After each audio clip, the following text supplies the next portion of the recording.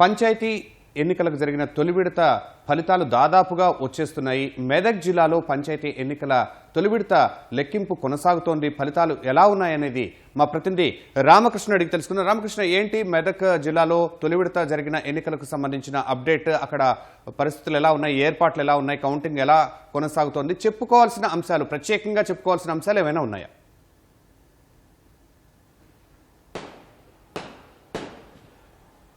శర్మ, ఉమ్మడి మెదక్ జిల్లా వ్యాప్తంగా పోలింగ్ సరళి అయితే ప్రశాంతంగా ఎలాంటి గొడవలు లేకుండా, ఎలాంటి గొడవలు తావు లేకుండానే పోలింగ్ సరళి అయితే కొనసాగిందని చెప్పుకోవచ్చు. అయితే మధ్యాహ్నం క్యూ లైన్లో నుంచున్నటువంటి ఈ ఓటర్లు ఎవరైతే ఉన్నారో వారికి పూర్తిగా ఓటు హక్కు వినియోగించుకునేంత వరకు సమయం కేటాయించడంతో మధ్యాహ్నం 2 గంటలకు కావాల్సిన ఈ కౌంటింగ్ ప్రక్రియ మొత్తం కొంత ఆలస్యమైంది. దాదాపు 3 గంటల సమయం వరకు కూడా కౌంటింగ్ అయితే ప్రక్రియ స్టార్ట్ కాలేదు. తర్వాత 3 గంటల నుంచి అయితే ఈ కౌంటింగ్ ప్రక్రియ కొనసాగింది.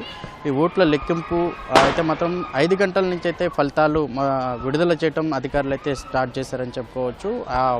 ఒక్కొక్క అభ్యర్థి కీలకంగా ప్రధానంగా పోటీలో ఉన్నటువంటి ఏ ప్రాంతాలు ఉన్నాయో అక్కడ మాత్రం ఈ కొంత ప్రతిష్టాత్మకంగా పోలీసులు అయితే బందోబస్తు ఏర్పాటు చేసి అక్కడ కౌంటింగ్ కేంద్రం దగ్గర నుంచి అలాగే లెక్కింపు వరకు కూడా జాగ్రత్త వహించారు. ఎలాంటి అవాంఛనీయ ఘటనలు జరగకుండానే చేశారని చెప్పుకోవచ్చు. ప్రధానంగా సంగారెడ్డి జిల్లా ఇస్మాయిల్ఖాన్పేట కావచ్చు, తాళ్లపల్లి కావచ్చు, ఇవి కొన్ని సమస్యాత్మక కేంద్రాలుగా పరిగణలోకి పోలీసులు తీసుకున్నారు. అక్కడ మాత్రం ముందుగానే భారీ ఎత్తున పోలీసులు అయితే మోహరించారని చెప్పుకోవచ్చు.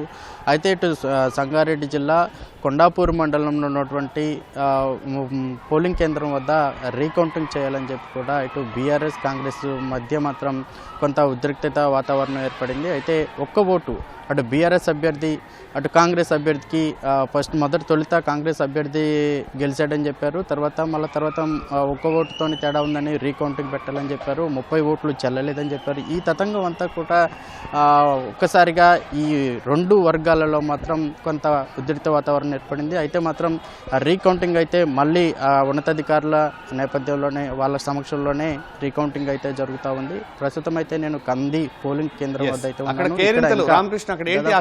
కేంద్రాలకు సంబంధించినటువంటి ఓట్లు అయితే లెక్కింపు జరుగుతూ ఉంది. అంటే ఇప్పుడు ప్రధానంగా చూసుకున్నట్లయితే ఇప్పుడు వరకు కొనసాగిన కౌంటింగ్ అభ్యర్థి గెలుస్తాడా ఓడుతారన్న ఉత్కంఠలో ఒక్కసారిగా గెలిచాడనేసరికి వారి కేరింతలకి అడ్డు లేకుండా పోయింది. పక్కన డ్రమ్స్ కావచ్చు, డప్పు చప్పుళ్ళు, అలాగే టపాసులు పేల్చి వారి ఆనందాన్ని దాదాపు 10 రోజుల పాటు కొనసాగినటువంటి ఈ మొత్తం ఎన్నికలకు సంబంధించిన ప్రచారాలు కావచ్చు, అభ్యర్థుల ఎంపికలు కావచ్చు, ఇవంతా కూడా ఒక ఘట్టంలాగా గడిచింది. ఈ క్రమంలోనే వారి గెలుపు అంతా మాత్రం కూడా ఒక పండగ వాతావరణంలోనే వారి అభ్యర్థి గెలిచి బయటికి వెళ్ళిన తర్వాత వారంతా కూడా ఒక సంబరాలు అయితే చేసుకుంటా ఉన్నారు. క్రాకర్స్ కాలుస్తూ అటు డప్పు ఇలాగే ఇంకా ఏ ప్రాంతాల్లో టపాసులు కాలుస్తూ అభ్యర్థులు కోలాహలంగా ఉంది. పూర్తి ఫలితాలు వెల్లడయ్యేసరికి ఇంకా ఎంత సమయం పట్టే అవకాశం ఉంది?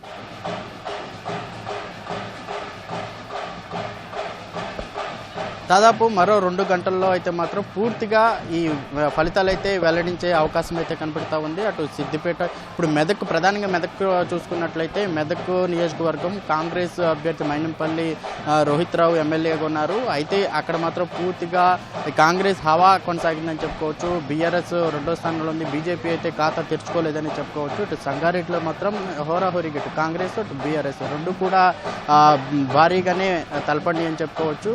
అటు సిద్దిపేటలో చూసుకున్నట్లయితే కాంగ్రెస్ బీఆర్ఎస్ మధ్య పోటీ నడిచిందని చెప్పుకోవచ్చు. అయితే మెదక్ మాత్రం పూర్తిగా కాంగ్రెస్ హవానే అని చెప్పుకోవచ్చు. ఇటు సంగారెడ్డిలో బీఆర్ఎస్ ఎమ్మెల్యే ఉన్నారు. అయితే అది అధికార పార్టీ కాబట్టి ఇటు కొన్ని గ్రామాలు ఎనానమస్ అయితే మాత్రం కాంగ్రెస్ నుంచి తరలించాయని ఈ క్రమంలోనే ఇక్కడ బీఆర్ఎస్ కాంగ్రెస్ మధ్య భారీగా పోటీ నెలకొన్న నేపథ్యంలోనే అటు వారి అభ్యర్థి గెలిచిన తర్వాత భారీగా డప్పు చప్పుల మధ్య ఒక కోలాహలం పండగ వాతావరణంలో అయితే మాత్రం తమ అభ్యర్థిని సొంత గ్రామాలకు తీసుకువెళ్తున్నారు. ఇచ్చిన హామీలు నెరవేరుస్తారు. తమ గ్రామం ఇప్పటికి అభివృద్ధి జరిగే అవకాశాలు ఎక్కువగా ఉన్నాయని చెప్పి కూడా ఓటర్లు అయితే అభిప్రాయం వ్యక్తం అవుతుంది.